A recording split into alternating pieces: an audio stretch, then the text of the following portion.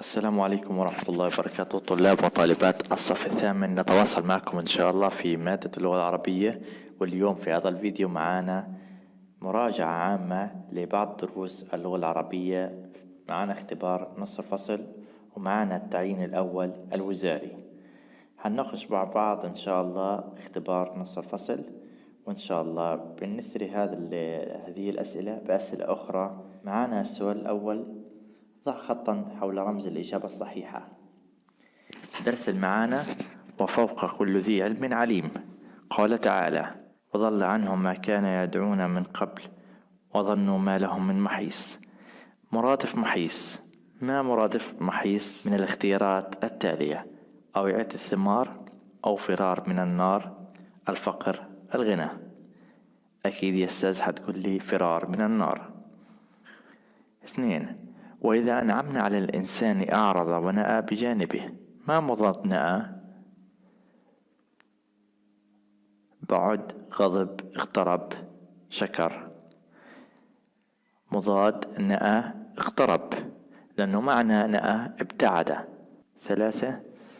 قال تعالى: ألا أنهم في مرية من لقاء ربهم ألا أنه بكل شيء محيط. الضمير المتصل في إنهم أكيد يعود على المشركين. ألا أنه في مرية، ما مرادف مرية؟ أكيد مرادف مرية شك. نستكمل باقي الأسئلة. سأحفر رقم كل قسيمة. طبعا هذه القصيدة واردة في نص على جذع زيتونة. سأحفر رقم كل قسيمة، تعبير يوحي بالتمسك بالأرض وعدم التخلي عنها. أيضا في القصيدة ذكر توفيق زياد في قصيدته مجزرتين هما كفر قاسم والدوايمة ودير ياسين، وكفر قاسم دير ياسين وجنين، كفر قاسم وغزة. أكيد يا أستاذ حتقول لي الإجابة رقم ب، دير ياسين وكفر قاسم. نستكمل الأسئلة. تنتمي قصيدة على جذع زيتونة إلى أدب الرسائل، المقاومة، الرومانسية، القصص. أكيد حتكون المقاومة. والآن ننتقل إلى درس صناعة النجاح وتجاوز الفشل. 7. ولكن بفضل والدتي الرائعة. نوع الأسلوب في الجملة: توكيد، نفي، استدراك، نهي. طبعا هنا ولكن يعني أسلوب استدراك. غمرت بريق عينيها الدموع. تعبير يوحي: الفرح، التعب، الحزن، الكسل.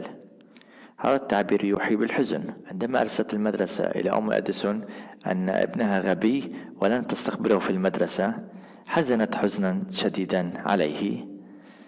9. الفكرة العامة لدرس صناعة النجاح وتجاوز الفشل هي الإجابة الصحيحة د. الإنسان قدرات يحتاج إلى من يفجرها. نستكمل الأسئلة. نوع الجناس في روعاتنا وعوراتنا: جناس ناقص، جناس تام، جناس متقارب. الإجابة ألف وباء. طبعا الجناس عندنا نوعين، ناقص وتام.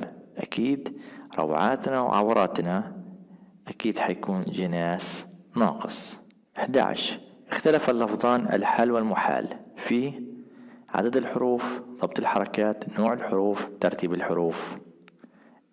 أكيد في عدد الحروف، لأنه حال 3 حروف ومحال 4 حروف. أحد الأفعال التالية معرب.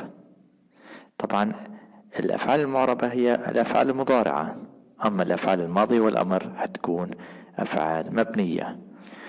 عندنا أدرس فعل أمر، يسعى فعل مضارع، أخذ فعل ماضي، أعطى فعل ماضي. إذن الفعل المضارع الموجود معنا أكيد حيكون معرب رقم ب. يطلق الاحتلال عليه الرصاص. الفعل يطلق في العبارة مبني، لازم، متعدي، أمر. نختار الإجابة الصحيحة، إما يكون لازم أو متعدي. الإجابة الصحيحة يطلق، لازم تكون فعل متعدي. من الأفعال اللازمة التالية: رأى، قاتل، أعطى، خرج. عشان نعرف الفرق بين الأفعال اللازمة والمتعدي بنضيف لها في آخر الفعل. لما نقول إحنا رآه هيكون الفعل له معنى. قاتله هيكون متعدي له معنى. أعطاه هيكون له معنى. أما خرجه طبعا هذا فعل لازم. أكمل الفراغ هي التي تفسر الفكرة العامة وتوضحها عند تحليل الفقرة. أكيد حتكون الجملة الافتتاحية، أو نقدر نقول الجملة المفتاحية، نفس المعنى. الكتابة الإملائية الصحيحة في الكلمات التالية هي: سأل، عباءة، الإساءة، التائب. لاحظ حركة الهمزة. سأل هنا كتابة خاطئة لأنه الهمزة حتكون على ألف. أما في عباءة الكتابة صحيحة. الإساءة والتائب هنا الكتابة الإملائية خاطئة. السؤال الثاني في الإملاء: بين سبب كتابة الهمزة على صورتها في الكلمات التالية: أفئدة وتساءل. عندنا أفئدة بنلاحظ حركة الهمزة وحركة ما قبلها كون الهمزة متوسطة. أفئدة هنا جاءت الهمزة مكسورة وما قبلها ساكن، هتكون الإجابة كالتالي: لأن الهمزة مكسورة وما قبلها ساكن. وتساءل هنا أخذنا في حالات الخاصة في الهمزة المتوسطة عندما تسبق الهمزة المفتوحة بحرف ساكن تكتب على السطر، لأن الهمزة مفتوحة وما قبلها حرف ساكن. السؤال الأخير في عنا في الإعراب السؤال الثالث: أفلح المؤمنون بصدقهم. أفلح إيش إعرابها؟ أفلح فعل ماضي مبني على الفتح، والمؤمنون فاعل مرفوع وعلامة رفعه الواو لأنه جمع مذكر سالم. الآن ننتقل إلى التعيين الوزاري، وبإمكانكم قراءة الأسئلة وتصفح الإجابات النموذجية لها. وأتمنى التوفيق لكم إن شاء الله أعزائي الطلبة، ومتواصلون معكم في كل جديد.